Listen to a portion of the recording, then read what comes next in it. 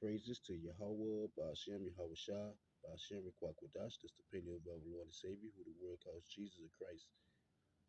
Today we're just going to go over and just talk about, Yahawashi being, you know, that ultimate sacrifice for the nation of Israel and not all nations. You know, Yahawashi only came for his people and the 12, which are the 12 tribes of Israel. So let's get some insight. I'm gonna get some insights out the Bible, uh, the insight Bible text. It says during the course of his ministry, talking about Yahawashi, he gathered and trained disciples. These this he was not ashamed to call his brothers, and had been written at Psalms. In accord with what had been foretold in the Psalms, Yahawashi spoke with illustrations. And it says Jesus, but the Lord names is not Jesus.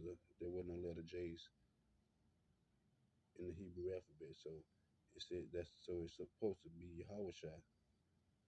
It says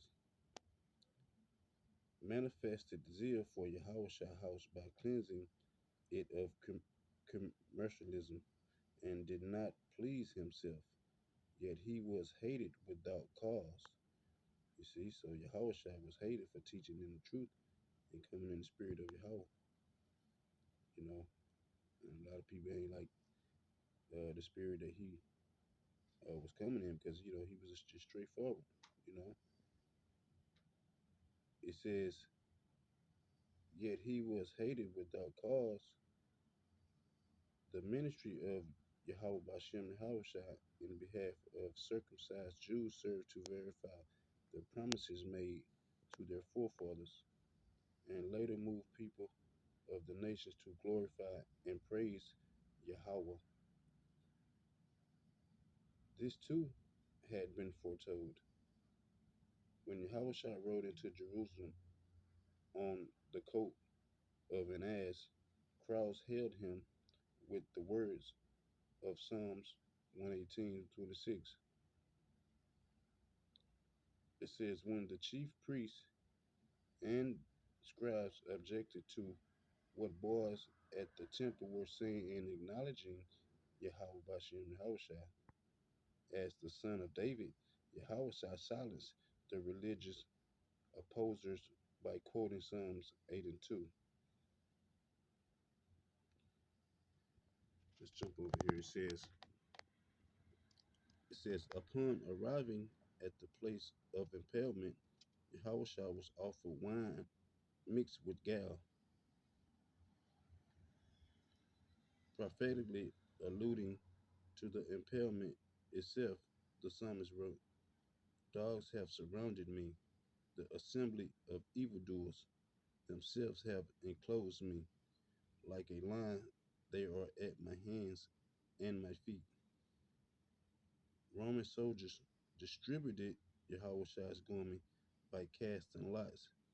So these same Romans who did this, the Lord Yahushua is going to make those uh uh his enemies his footstool.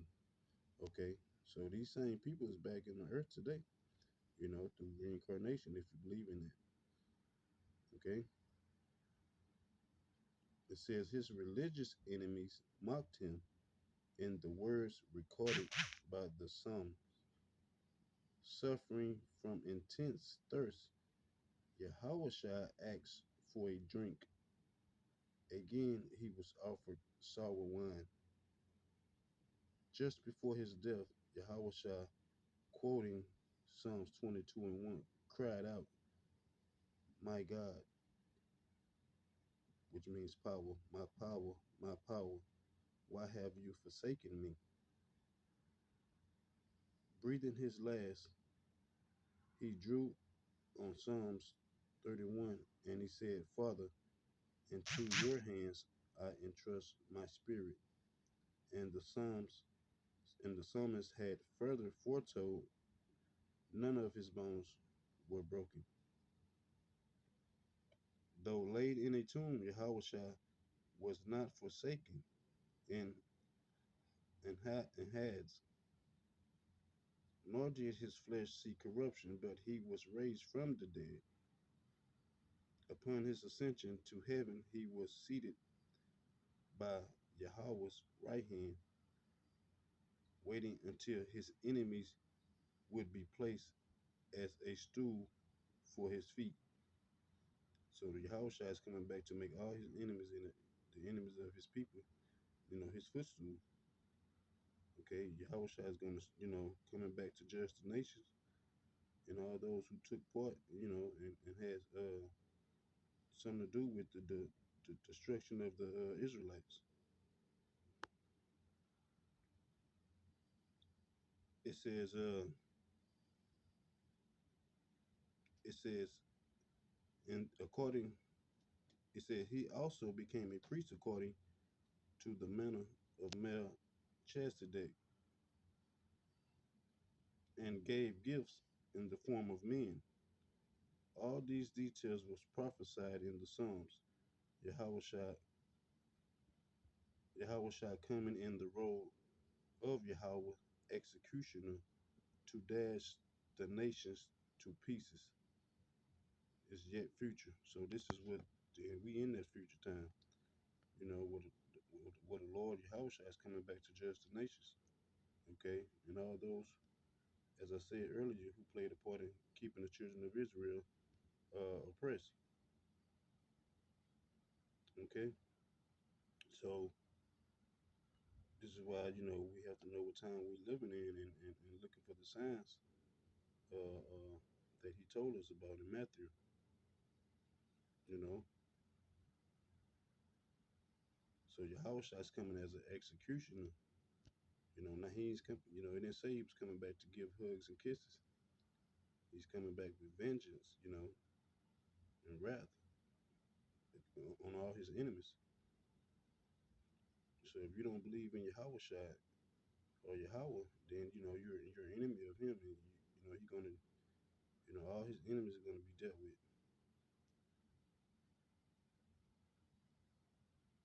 So uh, we got to be re- repenting and turning back to the name and having faith in Yahweh. It says, therefore Yahweh Bahasham Yahweh Hamashiach as king will bring lasting blessings to his loyal subjects. Though origin and those largest subjects are the elect, those who believe in him, those who have faith, those the prophets, teachers, and all those teaching in the name of Yahweh Bashem in truth. It says, therefore Yahweh Hamashiach as king will bring blessings to his loyal subjects. Though originally written regarding Solomon, the description of his rulership at Psalms 7:2 applies to an even greater degree. I'm sorry, a greater degree to the Messiah, testifying to this fact. It is the prophecy of Zechariah,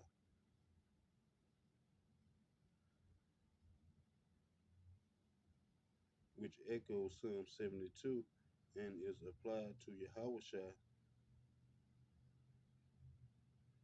So, I want to share this with you guys, because, we got to be edified and we got to, be seeking the Lord in the last day as much as we can, So, I'm going to try to do my part to edify my people and edify, the believers of this truth and continue to follow